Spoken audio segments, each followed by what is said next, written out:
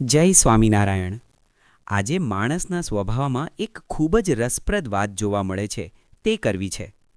જ્યારે કોઈ વ્યક્તિ પોતાના મહેનત અને ઈમાનદારીથી આગળ વધે છે, સારું કામ કરે છે અને સમાજમાં તેનું નામ બનવા લાગે છે, ત્યારે બધા જ લોકો તેની સફળતાને સહેલાઈથી સ્વીકારી શકતા નથી.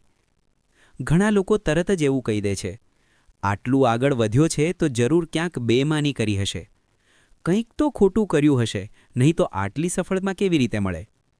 પરંતુ સાચી વાત એ છે કે બીજાની સફળતામાં ખોટ શોધવી ખૂબ સરળ છે, પરંતુ તેની પાછળની મહેનત, સંઘર્ષ અને લગનને સમજવી ખૂબ મુશ્કેલ છે.